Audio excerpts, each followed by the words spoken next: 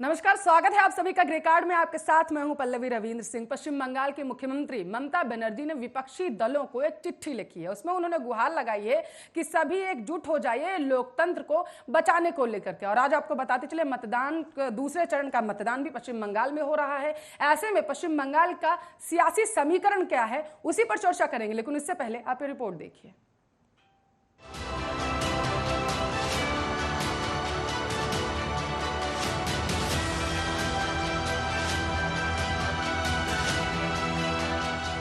बंगाल की मुख्यमंत्री ममता बनर्जी ने विपक्ष के हर बड़े नेता को एक लंबी चिट्ठी लिख डाली है।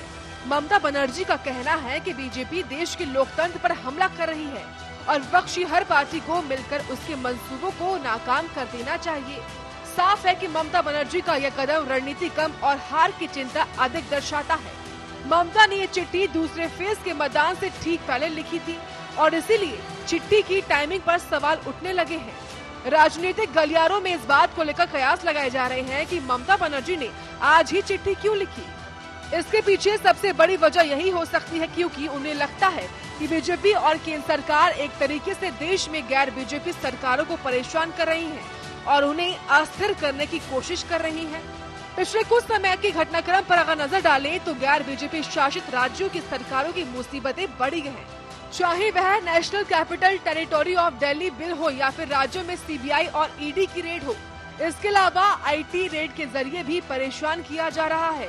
ममता बनर्जी को लगता है कि चुनाव के दौरान बंगाल और तमिलनाडु में इस तरह से सभी पैतरे चल गए हैं। बंगाल में टीएमसी तो तमिलनाडु में डीएमके के नेताओं को परेशान किया गया। ऐसे में ममता ने देश के 15 विपक्षी नेताओं को पत्र के जरिए एकजुट होने का आह्वान किया है और लोकतंत्र बचाने की गुहार भी लगाई है। ममता का कहना है कि चुनाव खत्म होने के बाद सभी गैर बीजेपी दलों को एक साथ बैठना चाहिए और इन सभी गतिविधियों को चुनौती दी जानी चाहिए। ममता बनर्जी ने विपक्ष को बीजेपी के खिलाफ एकजुट होने का आह्वान करते हुए कहा कि मेरा दृढ़ विश्वास है कि लोकतंत्र और संविधान पर बीजेपी के हमलों के खिलाफ एकजुट और प्रभावी संघर्ष का समय आ गया है। हम इस लड़ाई को केवल एकता के साथ जीत सकते हैं। पश्चिम बंगाल के नंदीग्राम में मतदान के बीच शुभेंदु अधिकारी के काफिले पर हमला किया गया। जानकारी के अनुसार शुभेंदु अधिकारी के काफिले पर पथराव किया गया। इस हमले में शुभेंदु अधिकारी की गाड़ी को नुकसान नहीं हुआ, लेकिन उनके काफिले में मौजूद कुछ अन्य गाड़ियों को नुकसान हुआ है। शुभेंदु अधिकारी ने आरोप लगाया है कि पश्चिम बंगाल में जंगल राज चल रहा है। टीएमसी यहाँ पर बांग्लादेश के नारे के साथ जीत दर्ज कराना चाहती है और एक समुदाय के हवाले से जीतना चाह रही है। नंदीग्राम के कमालपुर में तो बूथ संख्या 170 के पास मीडिया कर्मियों की गाड़ियों पर हमला किया गया। वहीं नंदीग्राम में बीजेपी के एक कार्यकर्ता ने खुदकुशी कर ली है। बीजेपी का आरोप है कि तृणमूल कांग्रेस के आतंक के चलते उनके कार्यकर्ता उदय शंकर ने खुदकुशी कर ली है। इतना ही नहीं, मतदान के दौरान कई जगहों से ऐसे ही हिंसा की घटनाएं दिन भर सुर्खियां बटोरती रही। गोकुल नगर में टीएमसी बीजेपी सपोर्टर्स में झड़प हो गई, तो वहीं केशपुर में बीजेपी उम्मीदवार प्रीतिश रंजन कोनार पर हमला हुआ।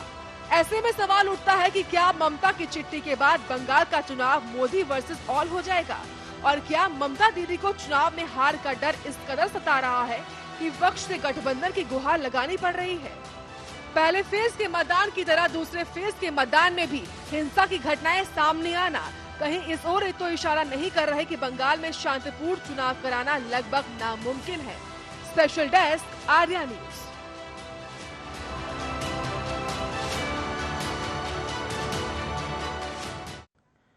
तो ममता बनर्जी ने विपक्ष के नेताओं को एक चिट्ठी क्या लिखी। पश्चिम बंगाल की सियासत में भूचाल आ चुका है। आर्या न्यूज के सवाल आपको दिखा देते हैं।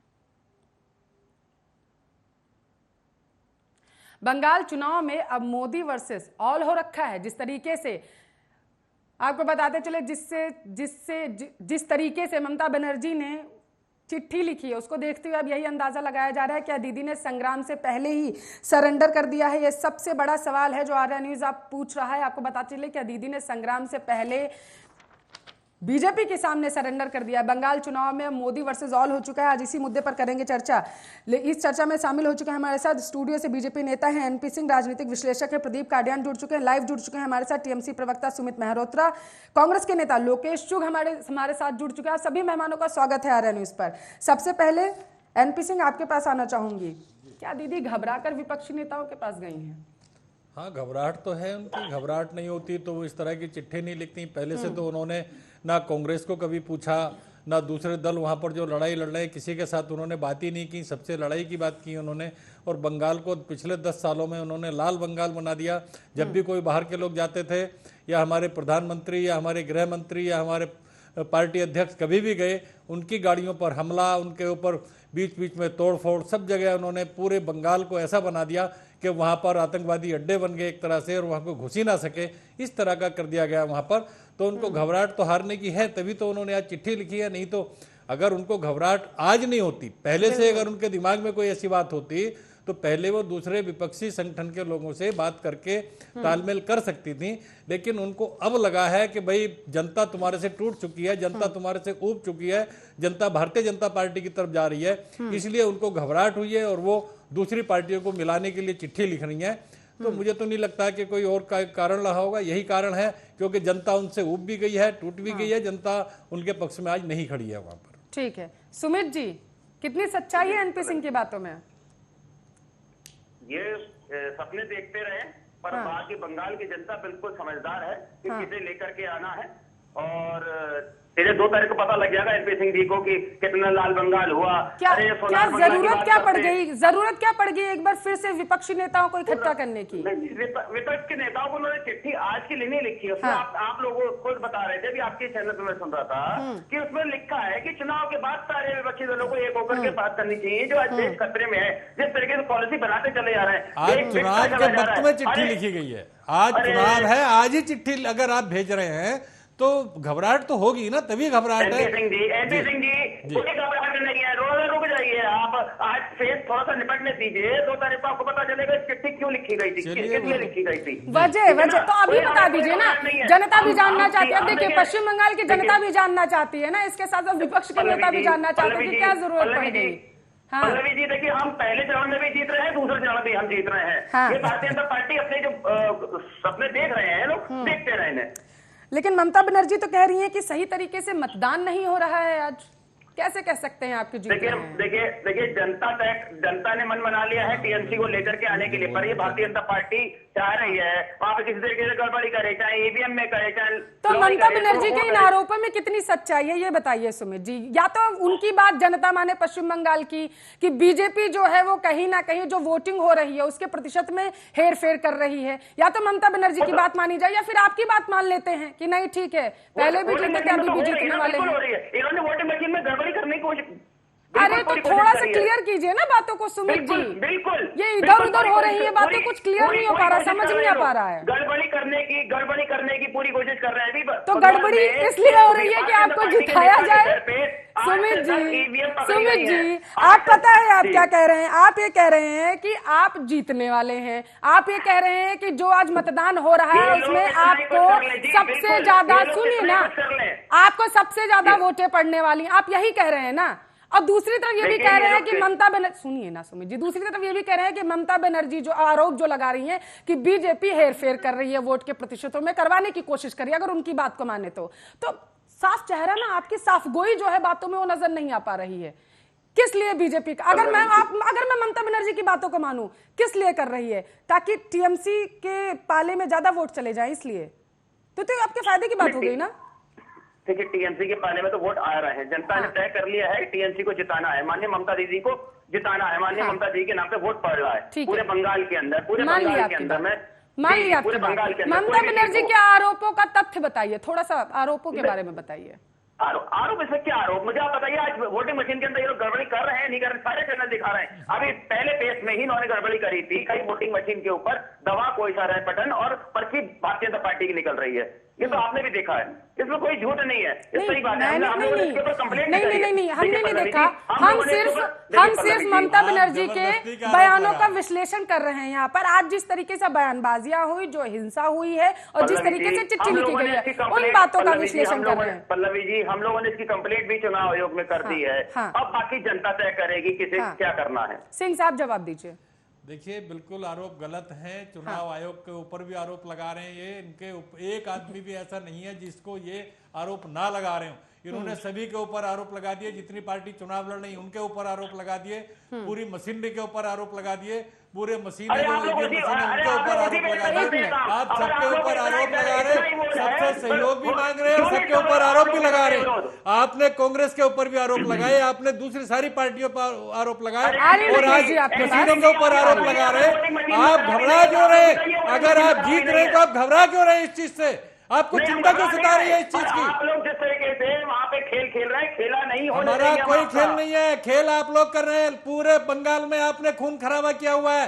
आप किसी भी हिंदुस्तानी की बात को नहीं रखते। मंदिर मस्जिद में आप लोगों ने क्या हाल कर दिया है। आज क्यों आप मंदिर जा रहे हैं? अभी तक तो आप मंदिर की परमिशन नहीं देते थे।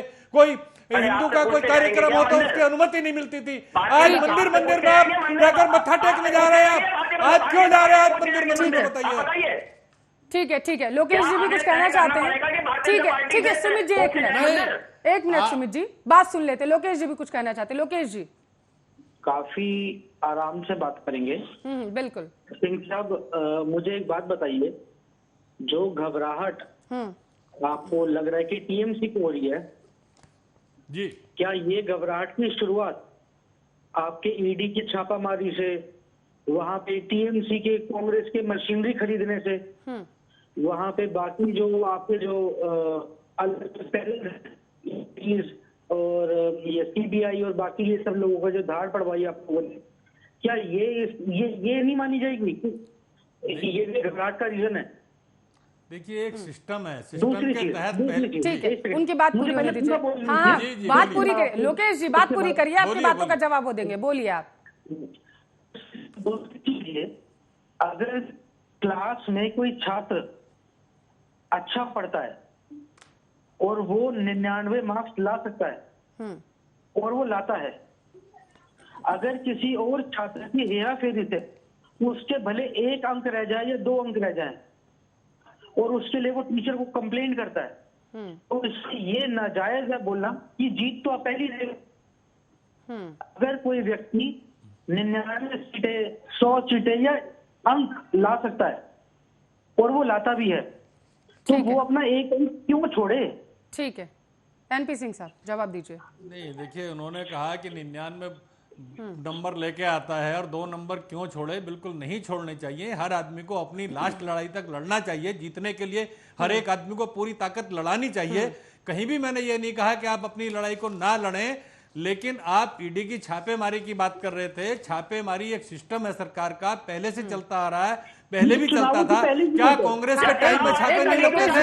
क्या कांग्रेस के समय में छापे नहीं लगते थे? बात पूरी होने दीजिए। क्या नहीं जाता था? पहले से सिस्टम चला आ रहा है, आज भी सिस्टम है। आप कहेंगे केवल आपके लोगों पर छापे पड़ रहे हैं, आपके मुख्यमंत्री कई प्रदेश में हैं, किसी के यहाँ कोई छापे नहीं डाले जा रहे। एक सिस्टम के तहत जहाँ कंप्लेंट्स होती है, सरकार अपना काम करती है, वो काम कर रही है। जी, जब चुनाव होंगे तब आप लोग यही काम करेंगे। नहीं, ये काम देखिए गलत आप आरोप लगा रहे हैं लोकेश जी, आरोप गलत लगा रहे हैं। गलत आरोप ना लगाएं लोकेश जी, गलत आरोप ना लगाएं लोकेश जी, गलत आरोप मत लगाइए। आपके टाइम से पहले से ये काम सरकार चले आ रही है, पहले से चल रही है। जिस वक्त पहले भी ठीक है, अन्ना हजारे जी ने मांग की थी, आपकी सरकार थी पश्चिम बंगाल में असली खेला आखिर कौन खेल रहा है? प्रदीप जी। जी हाँ, देखिए, जहां तक खेल की बात है, मैं इसको एक डेमोक्रेटिक सिस्टम कहूंगा, ठीक है, जिसमें सभी पार्टियां, बीजेपी अपने लिए लड़ रही है, टीएमसी अपने लिए लड़ रही है, कांग्रेस पार्टी अपने लिए लड़ रही है, दूसरे जो क्षेत्रीय दल हैं वो अपने लिए लड़ रही है। मुद्दा आज ये था कि ममता बनर्जी ने जो विपक्ष के जो प्रमुख पार्टियों के जो नेता हैं उनको जो लेटर लिखा है, उसके पीछे का कारण क्या है? उसके पीछे का कारण जो पार्टी के प्रमुख हैं अलग अलग पार्टियों के, वो अपने हिसाब से लगा रहे हैं मैम। लेकिन मैं ये कहूं आपको, एक राजनीतिक विश्लेषक के तौर पे अगर मैं बात करूं, तो किसी भी लीडर को, किसी भी पॉलिटिकल पार्टी को इस भारत के महान लोकतंत्र को बचाने का प्रयास करना चाहिए। ठीक है, जहां तक आरोप और प्रत्यारोप की बात है, बीजेपी टीएमसी पे लगाएगी, टीएमसी बीजेपी पे लगाएगी और ये दोनों मिलकर कांग्रेस पे लगाएंगी। लेकिन मुद्दे की बात यह है, जो लोकतंत्र के जो पिलर हैं, जैसे ईडी हो गया, सीबीआई हो गया, इलेक्शन कमीशन हो गया, हमारे पैरामिलिट्री फोर्सेस का जो काम है वो सिक्योरिटी को सुरक्षित रखना, उसका हो गया। ये क्या ये चीजें सही रूप से, सुचारू रूप से काम कर रही हैं? क्या आम जनता आज इनके ऊपर विश्वास करके बैठी हुई है? क्या एक ममता बनर्जी ने, मेरा निजी विचार है ये, एक ममता बनर्जी ने लोकतंत्र को मजबूत करने के लिए, एक मजबूत विपक्ष देने के लिए, चाहे वो टाइम सही ना हो, अगर रिक्वेस्ट कर ली है दूसरे नेताओं से, तो कौन सा गुनाह कर दिया है, संवैधानिक रूप से कौन सा अपराध कर दिया? रही बात दूसरी बीजेपी की, ये आरोप लगा रहे हैं कि इन्होंने सभी लीडर्स को लेटर लिखा है जी। अभी मेरे पास खबर भी है टाइम्स, इंडियन टाइम्स एक्सप्रेस की, हमारे माननीय प्रधानमंत्री नरेंद्र भाई मोदी जी इलेक्शन के दौरान बांग्लादेश के दौरे पे जाते हैं। वहां पर मटुआ समुदाय जो हिंदुओं का ही जो है अंग है, वो वहां पर माइनॉरिटीज में है, वहां उनसे मिलते हैं और मटुआ समुदाय का मेरे पास एविडेंस है, क्योंकि मैं बिना एविडेंस के बात नहीं करता। पश्चिम बंगाल के अंदर 42 विधानसभा हैं जिनके ऊपर प्रभाव हो सकता है। उन्होंने क्या कहा अभी मटुआ समुदाय के जो है रिफ्यूजीज के लिए कि वो 10,000 रुपये की फाइनेंशियल एड अगले 5 साल तक उनको देंगे। ये क्या शो करता है? अपने चुनावी घोषणा पत्र में माननीय गृह मंत्री अमित शाह जी ने भी जो किया था।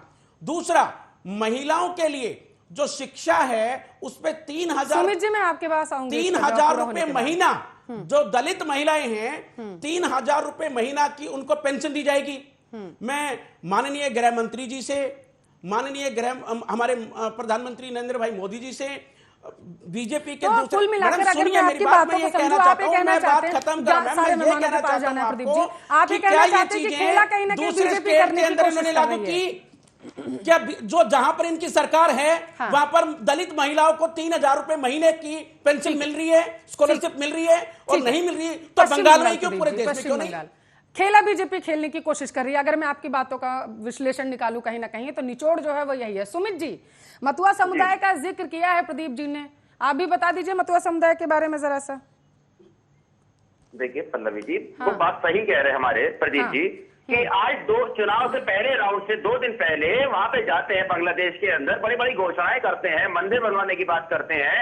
और एक सबसे बड़ी बात तो ये है कि बांग्लादेश के लिए कहा उन्होंने, जब ये आजाद हुआ था तो इसकी आजादी के लिए हमने सत्याग्रह करा था, इसके लिए हम जेल भी गए थे। तो ये बता दें कि ये हिंदुस्तान के नीत है या पाकिस्तान के एजेंट है? समुदाय सुमित जी देखिए, मतलब मैं आपके वाक्य से बच आ रहा हूँ। ये बांग्लादेश के लिए जिन्होंने बड़ी बड़ी घोषणाएं करी, बांग्लादेश को लुभाने की बातें करी हैं, ये हिंदुस्तान के साथ है या पाकिस्तान के साथ है? सर, ये तो बांग्लादेश को लुभाने की कोशिश नहीं की, पश्चिम बंगाल के अंदर जो मटुआ समुदाय है उनको प्रभावित करने के लिए वहां के साथ साथ पश्चिम बंगाल में भी है, उसी का जिक्र। सुमित जी सवाल का जवाब दीजिए। सुमित जी पता है बात क्या है, आप सवाल के जवाब से, एक मिनट प्रदीप जी, सवाल के जवाब से कहीं बचने की कोशिश तो नहीं कर रहे हैं सुमित जी?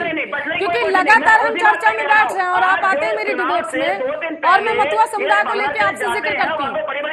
मतुआ समुदाय के बारे में बताइए। अरे छोड़िए ना, मैं कह रही हूँ छोड़िए 1 मिनट के लिए, आप पश्चिम बंगाल में मतुआ समुदाय के बारे में बताइए जरा सा, मुझे पश्चिम बंगाल का बता दीजिए। वो नहीं आएंगे ना वहां से वोट डालने के लिए, लेकिन अगर वहां के मतुआ समुदाय की, सुनिए ना, अगर वहां के लोगों को, अगर वहां के लोग लाभान्वित हुए, अगर वहां के लोग प्रभावित हो गए, तो इसका असर यहाँ जरूर देखने को मिलेगा। आप उसके बारे में बताइए। के लोग ऐसे झूठे नेताओं के उसमें आने वाला नहीं है जो देश को बेच खा रहे हैं। अच्छा, आप देख लीजिएगा 10 साल पहले क्या हुआ था, 10 साल पहले क्या हुआ था सुमित जी, 10 साल पहले क्या हुआ था सुमित जी मतुआ समुदाय के साथ में? 1984 से क्या हो रहा है मतुआ समुदाय के साथ में? देखिए, पहले कुछ मेरी चर्चा थोड़ी इधर चली गई है, मैं मुद्दे पर वापस आऊंगी। एमपी जी आपसे उसका जवाब नहीं, आप मुझे मेरे सवाल का जवाब दीजिए। बेहद महत्वपूर्ण सवाल यहाँ पे प्रदीप जी ने उठाया, इस वजह से मैं जानना चाहती हूँ क्योंकि मतुआ समुदाय का जिक्र हुआ है यहाँ पर।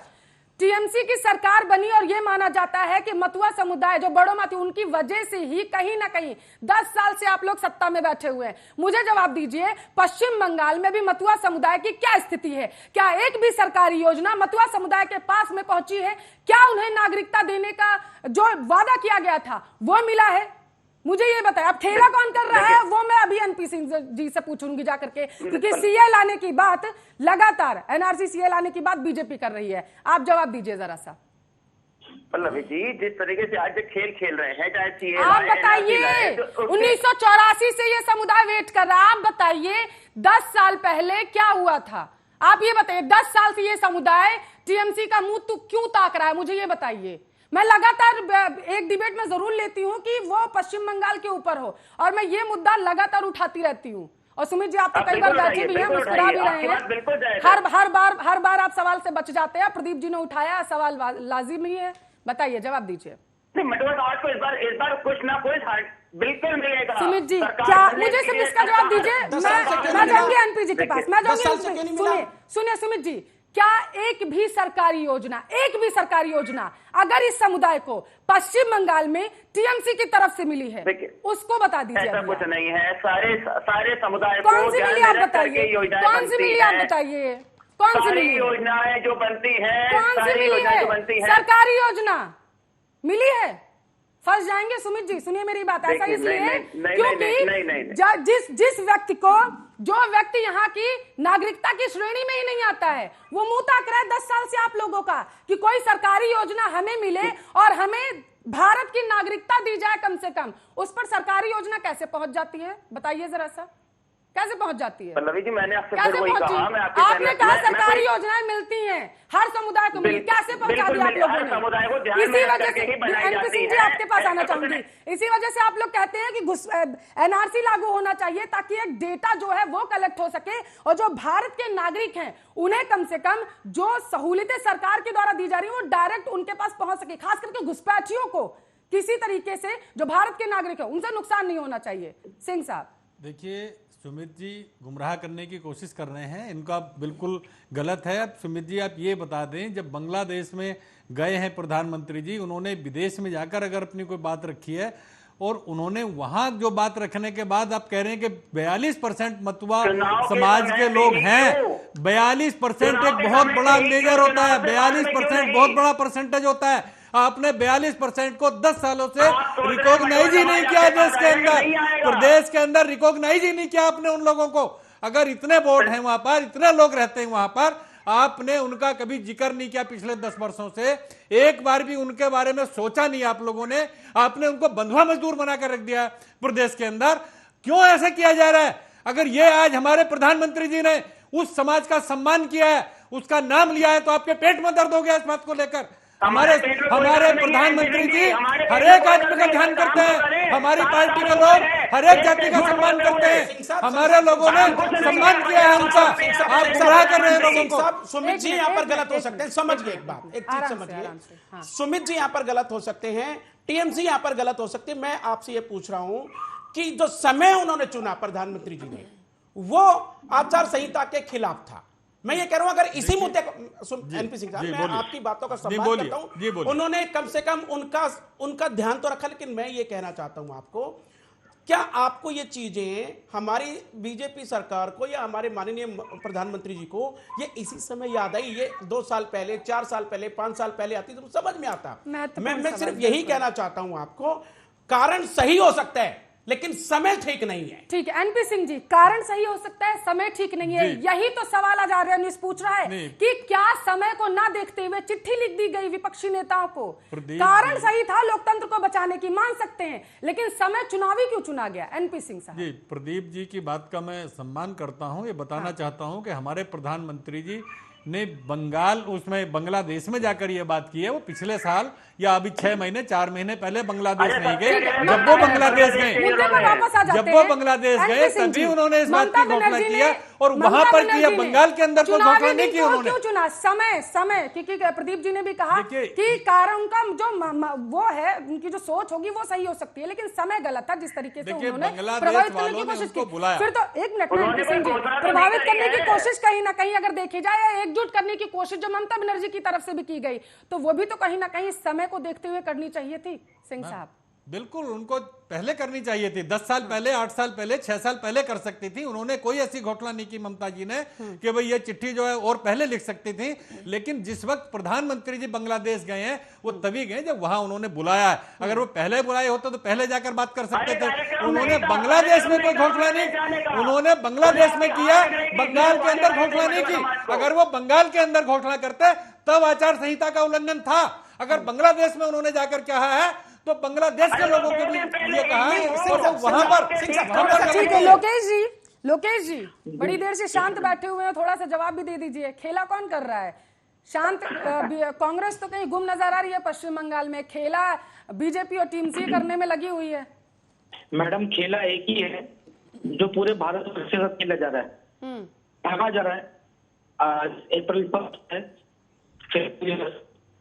दोबारा कांटेक्ट करिए लोकेश जी से, उनकी आवाज क्लियर नहीं आ रही है, दर्शक समझ नहीं पाएंगे वो क्या कह रहे हैं। सुमित जी जवाब दीजिए, क्या हो रहा है आखिर पश्चिम बंगाल में?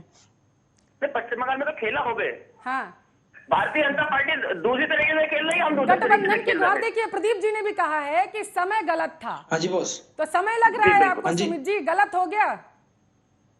नहीं ऐसा कुछ नहीं है, दीदी ने एक अच्छी बात ये रखी है सही कि समय था जिस वक्त विपक्षी दलों चिट्ठी लिखी को गई, एक साथ आना चाहिए। ये सही समय था जिस वक्त चिट्ठी लिखी गई, ये सही समय था।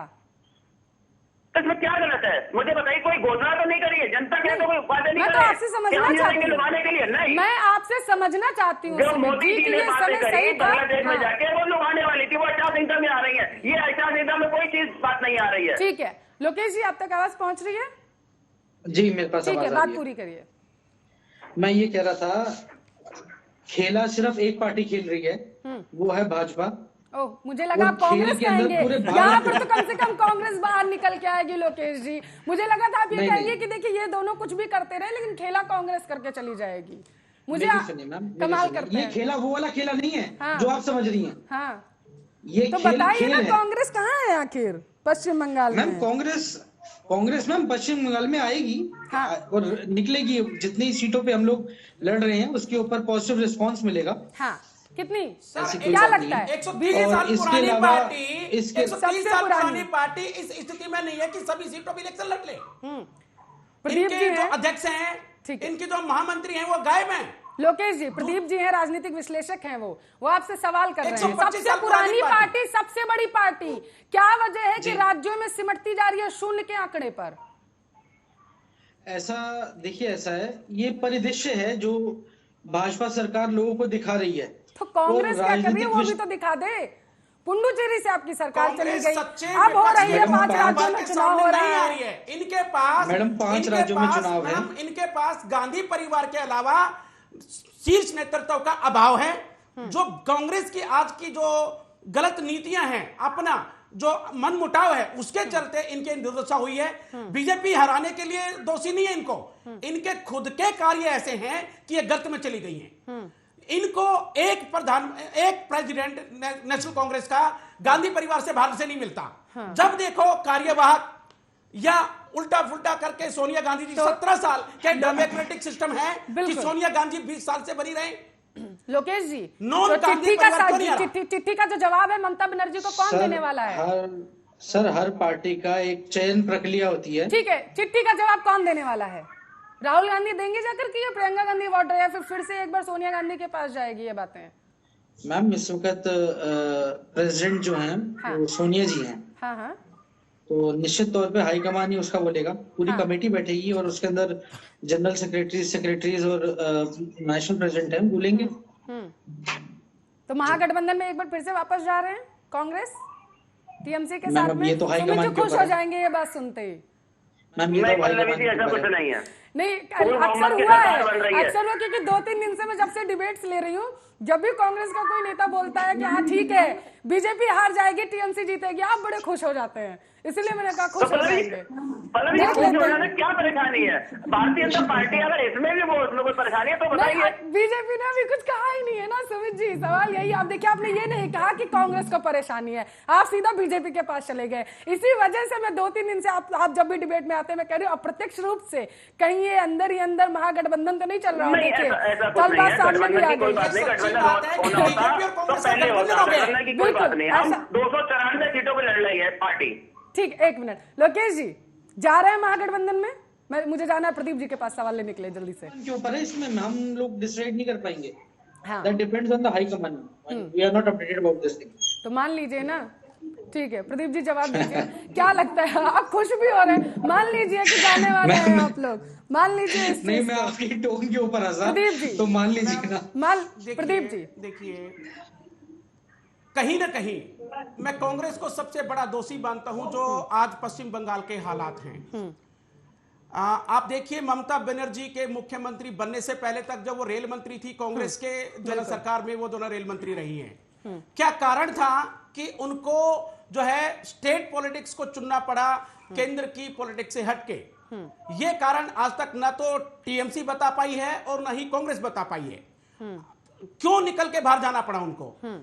मैं ये कहना चाहता हूं आपको, बीजेपी का जो उत्थान हुआ है, वो जो राइज करके गई है पूरे देश के अंदर, उन्होंने अपनी सरकारें बनाई हैं, उसमें कहीं ना कहीं जो गलत नीतियां थी टीएमसी की और कांग्रेस की और दूसरे क्षेत्रीय दलों की, वो जिम्मेवार रही हैं। उन्होंने जो जेन्युइन मुद्दे थे स्थानीय जनता के किसी भी स्टेट के, वो उन्होंने उठाए नहीं। और मैं फिर आज दावे के साथ कहता हूं कि आज भी कांग्रेस के पास कोई देश के लिए कोई पॉलिसी नहीं है, देश की जनता के लिए कोई पॉलिसी नहीं है, पश्चिम बंगाल की जो ना जनता के लिए कोई पॉलिसी नहीं है। अगर उनके पास होती, क्या राहुल गांधी जी, प्रियंका जी, सोनिया जी और जो कांग्रेस का दूसरा शीर्ष नेता है, वो अपनी नीतियां बना के क्या पश्चिम बंगाल के अंदर अपनी नीतियों को लागू कराने के लिए प्रयास ना करता? वो अपना चुनावी घोषणा पत्र में ये ना कहता कि हम पश्चिम बंगाल का ऐसे विकास करेंगे? ऐसा है। लोकेश जी जवाब दीजिए। सिंह साहब आपके पास आ रही हूँ। हाँ, लोकेश जी। सर ऐसा है जी, हम लोग तुगलकी फरमान जारी नहीं करते कि पूरे भारत के लिए हम लोगों ने एक नीति बना दी और काम खत्म हो गया। अरे सर, मैं एक नीति की बात नहीं कर रहा, मैं तो सिर्फ बंगाल की बात कर रहा हूं। आपका जो चुनाव प्रचार है सर, आपका जो चुनाव प्रचार है, वो मुझे ऐसा लग रहा है कि आप बीजेपी को जिताने का प्रयास कर रहे हैं। आप टीएमसी को हराने के लिए बीजेपी के साथ मिल गए हो। मेरा अपना ये सोचना है, क्योंकि आपका एग्रेसिव प्रचार ना करना, आपका पूरे क्षेत्र में ना जाना, जनता के साथ जो है ना संपर्क ना रखना, ये इशारा करता है कि अंदरूनी खाते आप गांधी परिवार को बचाने के लिए कि भाई हम प्रचार नहीं करेंगे, कहीं ना कहीं हमारे को जेल ना जाना पड़ जाए, राहुल गांधी जी को, सोनिया गांधी जी को, जो इनके हेराल्ड केस हैं या दूसरे करप्शन के केसेज है, वो इनकी फाइल ना खुल जाए। क्यों, क्या कारण है कि हमारे 10 साल से फाइलों की वेट हो रही है? सर मैं ये कहना चाह रहा हूं, क्या कारण है कांग्रेस साइलेंट है? पूरे बीजेपी, पूरे बंगाल के अंदर साइलेंट है। टीवी के ऊपर तो ना करें सर, मैं यूनिवर्सिटी से पढ़ के आए, ठीक है सर, मान ली मैंने बात, लेकिन कम से कम सर, मैं बीजेपी का प्रवक्ता नहीं हूं, मैं तो ये पूछ रहा हूं आपसे। प्रदीप जी हैं आपसे सवाल कर रहे हैं लोकेश जी। अगर आप बीजेपी के प्रवक्ता नहीं है, टोन तो मेरे को वही लग रही है आपकी। ना, मैं तो बीजेपी का नहीं बल्कि विरोध। सर मैंने कहा मैंने बताओ तो सही। हमारे देश के अंदर दुर्भाग्य है कि जब चुनाव होते हैं तो बीजेपी भी ईडी का सहारा लेती है, सीबीआई का सहारा लेती है, दूसरे विपक्षी जो ना नेताओं को दबाने का कार्य करते हैं। और ये तो बीजेपी की तो बात ये रह गई है, शाम दाम दंड भेद सरकार अपनी बनानी है। क्षेत्र के अंदर चुनाव लड़ रही है। सर मैं आऊंगा वहां पर भी, तो कोई केस नहीं, लेकिन मैं तो सिर्फ ये कहना चाहता हूँ सर, मैं ये कहना चाहता हूँ क्या कारण है। नहीं सर, मैं पहले आपका ये थोड़ा जो वहम है ना, वो मेरा वहम नहीं सर, मैं तो तथ्यों के साथ बात कर रहा हूँ। पढ़ के टेलीविजन के ऊपर लोगों को गुमराह करना नहीं, गुमराह करने का काम आप करते हैं सर। आप बताइए मुझे क्या कारण है कि आप इलेक्शन लड़ नहीं रहे हो? सिलेंडर पहले कर रखा कांग्रेस ने, मेरे को बताइए ना कौन सी फाइल। ठीक है, अच्छा ठीक है लोकेश जी, जिस तरीके से उत्तर प्रदेश को अगर देखा जाए तो वहां पर प्रियंका गांधी वाड्रा और राहुल गांधी की बात करो, दोनों लोग बहुत सक्रिय हैं। उत्तर प्रदेश में अभी चुनाव नहीं है, 2022 में होने, लेकिन 5 राज्यों, एक राज्य से तो आपकी सरकार भी चली गई है, 5 राज्यों में चुनाव हो रहे हैं। लेकिन अगर कांग्रेस को देखा जाए तो कहीं पर भी नजर नहीं आ रही है कांग्रेस, तस्वीरें जो है क्लियर नहीं हो पा रही है कांग्रेस की। वही प्रदीप जी पूछ रहे हैं कि कहाँ है राहुल जी और प्रियंका जी की पर्सनल टच है यूपी के अंदर, सालों से वहां पे रिप्रेजेंट करते आ रहे हैं यूपी को, उनकी मदर की सीट से, राहुल जी की सीट से। पुंडुचेरी से सरकार गिर गई आपकी, पुंडुचेरी से सरकार गिर गई आपकी। साख की बात है कांग्रेस की, सबसे बड़ी पार्टी, सबसे पुरानी पार्टी शून्य पर सिमटती हुई चली जा रही है, और आप कह रहे हैं पर्सनल टच है यूपी से। अरे वहां पे 2022 में चुनाव है। मेरा सवाल आपसे यही है, मैं आपको वही बताना चाह रहा हूँ, राहुल जी और प्रियंका जी राजनीति करने के लिए यूपी नहीं जा रहे हैं, वहां पे हर दूसरे तीसरे दिन कोई ना कोई घटना हो रही है, किसी बेटी के साथ, किसी की बहू के साथ। पता नहीं महापंचायतों में कौन सी है। घटना हो रही है, प्रियंका गांधी वाड्रा पहुंच रही है। सिर्फ ठीक है, आप सवालों का जवाब नहीं दे रहे हैं, आप सिर्फ टच बता रहे हैं जाकर के कि पर्सनल टच है वहां पर, इस वजह से जाते हैं। पश्चिम बंगाल, असम, पुडुचेरी, यहाँ पर आखिर इन 5 राज्यों में क्यों नहीं नजर आ रही है कांग्रेस? उसका जवाब नहीं दिया। ठीक है, रहने दीजिए। सिंह साहब, डर लग रहा है महागठबंधन इकट्ठा हो गया तो? नहीं, देखिए, हमारी पार्टी को, हमारी सरकार को कहीं कोई डर नहीं है, ना कोई खतरा है। अभी राहुल जी की बात कर रहे थे हमारे लोकेश जी, वो अमेठी छोड़कर, उत्तर प्रदेश को छोड़कर चुनाव लड़ने भी दूसरी जगह चले गए, उनका पर्सनल टच की बात कर रहे थे। खैर छोड़ दीजिए, अभी यहाँ की बात कर रहे हैं हम लोग। जो भी समाज के और जो भी हमारी पार्टी काम कर रही है, बिल्कुल मजबूती के साथ काम कर रही है, कोई घबराहट किसी तरह की नहीं है। और ये सारे लोगों को आज चिट्ठी लिखने की याद आ रही है। चिट्ठी लिखने के लिए 10 साल से ममता जी वहां पर अपनी सरकार चला रही हैं। उन 10 वर्षों में ना तो मतवा समाज किसी को याद आया, ना ये चिट्ठी विपक्ष को इकट्ठा करने वाली कोई बात समझ में आई। आज जब उनको घबराहट हो गई, सर सुन लीजिए, आज घबराहट हो गई है हारने के लिए, आपके सारे मंत्री, सारे सांसद, सारे विधायक, सारे आपको छोड़कर चले गए हैं, सारे आपको छोड़कर चले गए हैं आज की डेट में। आप देखिए आपके पास कितनी जनता कहां रह गई है, सब आपको नकार चुके हैं। आपके सामने रिजल्ट जल्दी आ जाएगा, बहुत जल्दी आपके सामने। घबराइए मत, 2 तारीख दूर नहीं है, 2 तारीख दूर नहीं है, बहुत जल्दी आपके सामने आ जाएगा। सुनिए सुमित जी, ममता बनर्जी के ऊपर ना आरोप लगा है, शिकायत दर्ज कराई गई है सीजीएम कोर्ट में, और आरोप लगा है कि जिस तरीके से बाहरी कहती रहती थी ना वो लोग, तो बिहारियों का अपमान हो रहा है पश्चिम बंगाल में। देखिए, शिकायत भी दर्ज है, जवाब दीजिए। अभी की खबर है, मेरे पास अपडेट आया है। बंगाल के अंदर भारतीय जनता पार्टी लाखों करोड़ों लोग को लेकर के वहां पे चुनाव लड़ रही है, उत्तर प्रदेश से, बिहार से, मध्य प्रदेश से ला करके चुनाव लड़ रही है। जी, आपने तो अपने वर्कर्स भी, आपने श्रमिक भी बुलाए थे लॉकडाउन में, आपने सबको भगा दिया था, कोई नहीं आएगा प्रदेश के अंदर। बंगाल के अंदर बंगाल के लोग ही चुनाव लड़ेंगे, ना कि बाहर के लोग आकर के चुनाव लड़ेंगे। हाँ, तो बाहर के, आखिर ये बाहरी है कौन सुमित जी? बाहरी है कौन? संगठन है नहीं, बाहरी है कौन सुमित जी? जो बाहर से लेकर के आ रहे लोग कौन? बताइए तो सही, जवाब दीजिए। शिकायत दर्ज हो चुकी है, जवाब दीजिए, कौन लोग बाहरी हैं जिन्हें लेकर के आ रहे हैं? भारतीय जनता पार्टी की जियाई हुई है इस समय। हाँ, दूसरे चरण में भी हार रही है, सीटें नहीं मिल रही है, वहां की जनता इन्हें दौड़ा रही है, इनके नेताओं को दौड़ा रही है। यही वजह है क्या कि विपक्षी नेताओं को चिट्ठी लिखी आपने कि लोकतंत्र बचाने के लिए एकजुट हो जाइए, क्योंकि बीजेपी बाहरी लोगों को लाकर के वहां पर प्रचार कर रही है, ना कि बंगाल बचा हुआ है। बंगाल बचा हुआ है, बंगाल कहीं नहीं जा रहा। बंगाल में तीसरी बार माननीय ममता दीदी, बंगाल हिंदुस्तान में ही रहना है, बाहर थोड़ी ना चला जाएगा, बंगाल वही है। सुमित जी, जवाब दीजिए सवाल का। मैंने आपको बताया, तो मैं आपको फिर बता रहा हूँ, बंगाल कहीं नहीं जा रहा है। सिंह साहब, आप कुछ कहना चाहते थे? जी बता दें, सुमित जी ने तो सारे बंगाल के लोगों को बाहरी बना दिया था। किसी भी वर्कर्स को, जो हमारे श्रमिक लोग थे दूर दराज से, सबको प्रदेश में आने पर बैन लगा दिया गया था, प्रदेश में लोगों को बुलाया नहीं गया था।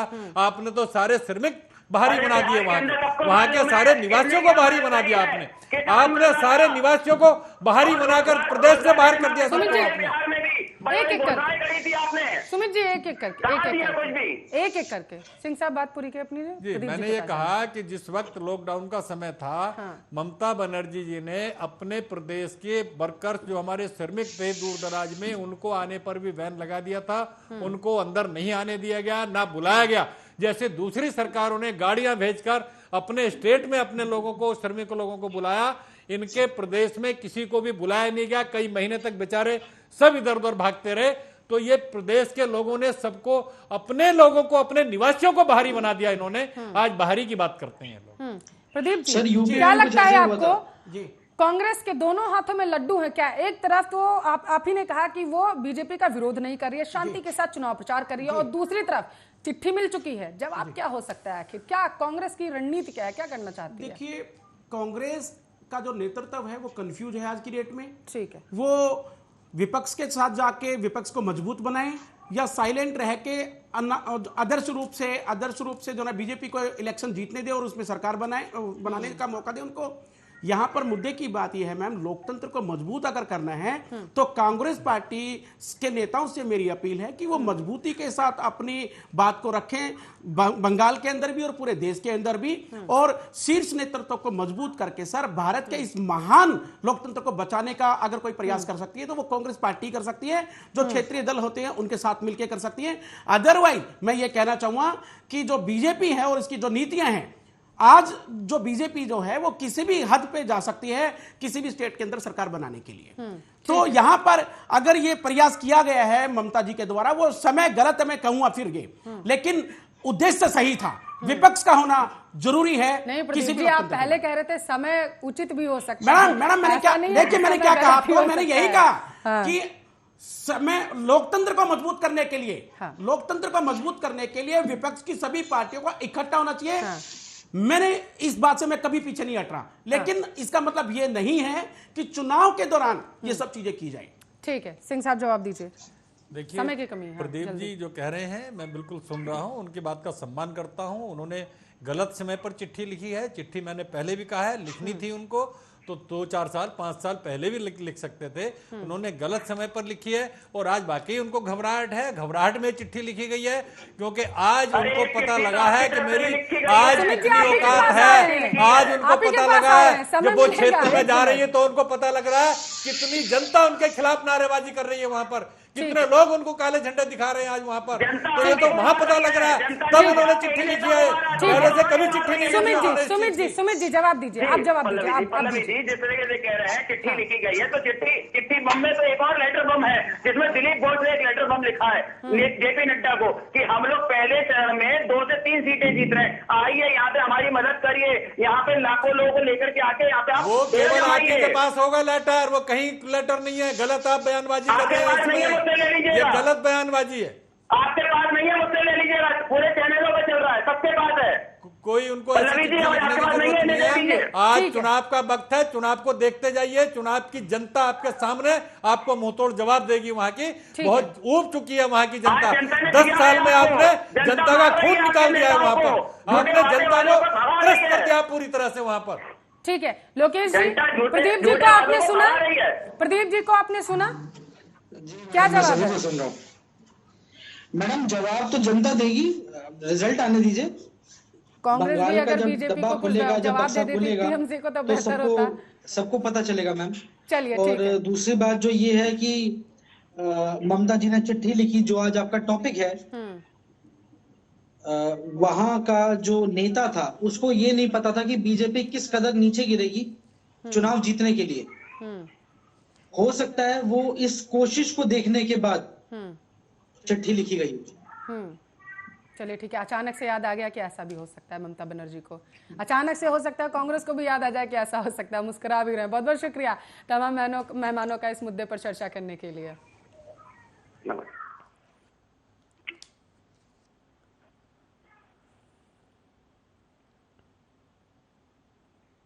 चलो इसी के साथ इस बुलेटिन में बस इतना ही, लेकिन देश दुनिया की तमाम खबरों के लिए आप देखते रहिए आपका अपना न्यूज चैनल आर्या न्यूज।